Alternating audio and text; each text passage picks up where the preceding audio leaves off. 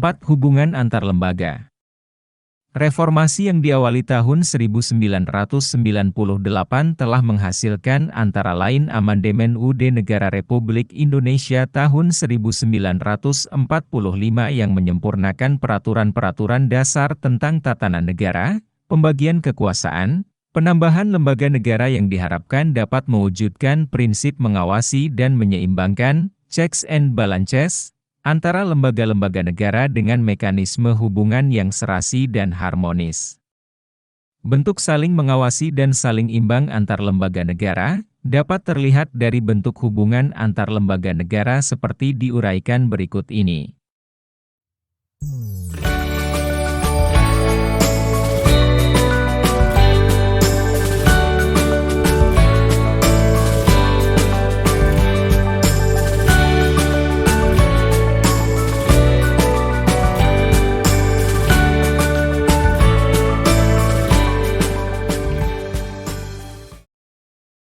A. MPR dengan DPR, DPD.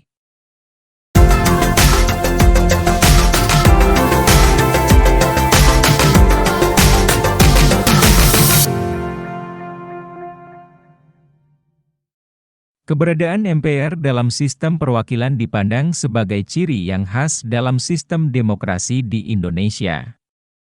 Keanggotaan MPR yang terdiri atas anggota DPR dan anggota DPD menunjukkan bahwa MPR merupakan lembaga perwakilan rakyat karena keanggotaannya dipilih dalam pemilihan umum.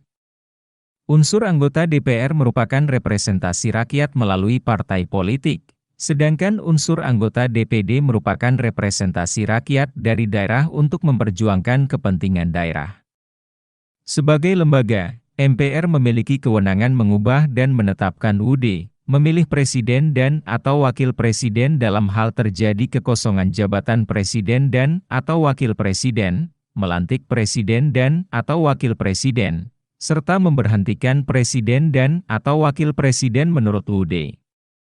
Khusus mengenai penyelenggaraan sidang MPR berkaitan dengan kewenangan untuk memberhentikan presiden dan atau wakil presiden. Proses tersebut hanya bisa dilakukan apabila didahului oleh pendapat DPR yang diajukan pada MPR. Secara umum, dapat disimpulkan bahwa pada prinsipnya, MPR, DPR, dan DPD merupakan wakil rakyat.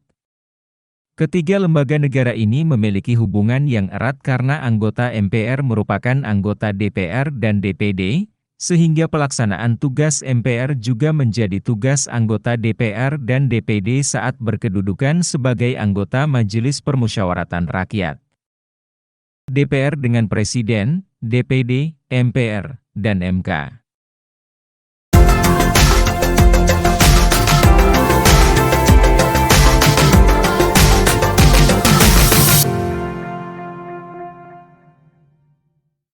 Hubungan DPR dengan Presiden, Dewan Perwakilan Daerah dan Mahkamah Konstitusi terlihat dalam hubungan tata kerja, antara lain sebagai berikut. 1. Menetapkan undang-undang. Kekuasaan DPR untuk membentuk undang-undang harus dengan persetujuan Presiden, termasuk Undang-Undang Anggaran dan Pendapatan Negara, APBN. Dewan Perwakilan Daerah juga berwenang ikut mengusulkan, membahas, dan mengawasi pelaksanaan undang-undang berkaitan dengan otonomi daerah.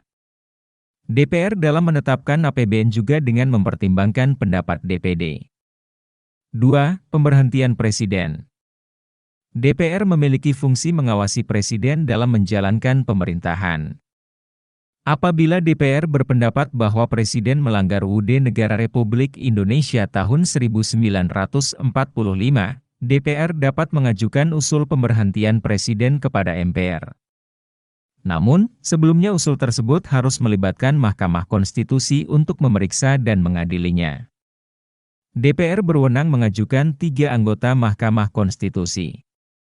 Sedangkan Mahkamah Konstitusi berwenang mengadili sengketa kewenangan lembaga negara, termasuk Dewan Perwakilan Rakyat. A. DPD dengan BPK.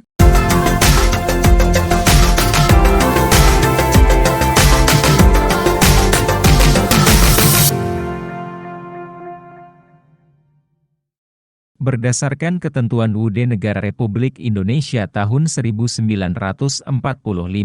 Dewan Perwakilan Daerah menerima hasil pemeriksaan Badan Pemeriksa Keuangan dan memberikan pertimbangan untuk pemilihan anggota BPK kepada DPR. Ketentuan ini memberikan hak kepada DPD untuk menjadikan hasil laporan keuangan BPK sebagai bahan dalam rangka melaksanakan tugas dan kewenangan yang dimilikinya, dan untuk turut menentukan keanggotaan BPK dalam proses pemilihan anggota BPK. Di samping itu, laporan BPK akan dijadikan sebagai bahan untuk mengajukan usul dan pertimbangan berkenaan dengan RUU Anggaran Pendapatan Belanja Negara, Mahkamah Agung dengan lembaga negara lainnya.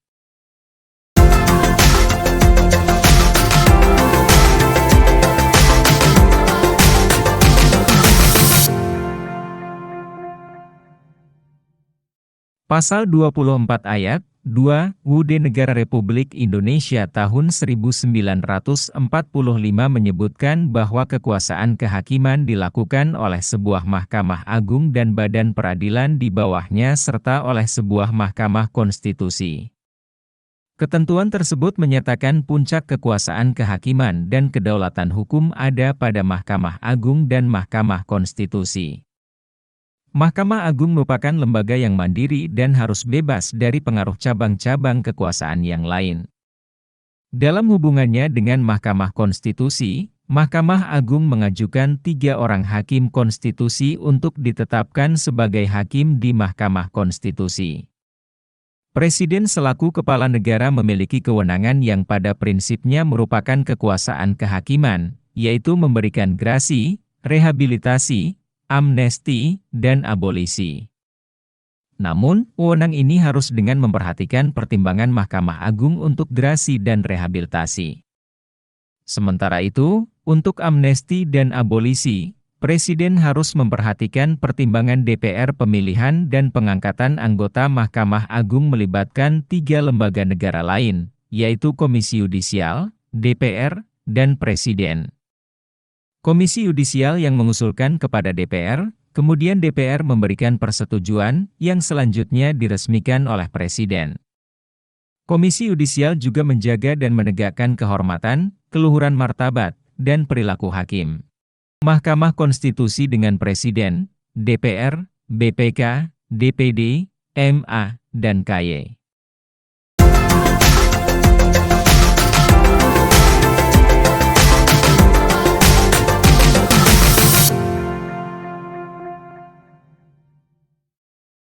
Selanjutnya, Pasal 24C ayat 1 UUD Negara Republik Indonesia tahun 1945 menyebutkan bahwa salah satu wewenang Mahkamah Konstitusi adalah untuk memutus sengketa kewenangan lembaga negara yang kewenangannya diberikan UUD. Karena kedudukan MPR sebagai lembaga negara, maka apabila MPR bersengketa dengan lembaga negara lainnya yang sama-sama memiliki kewenangan yang ditentukan oleh UUD, maka konflik tersebut harus diselesaikan oleh Mahkamah Konstitusi. Dengan kewenangan tersebut, jelas bahwa MK memiliki hubungan tata kerja dengan semua lembaga negara. Hubungan tersebut, yaitu apabila terdapat sengketa antar lembaga negara atau apabila terjadi proses hak uji material yang diajukan oleh lembaga negara pada Mahkamah Konstitusi.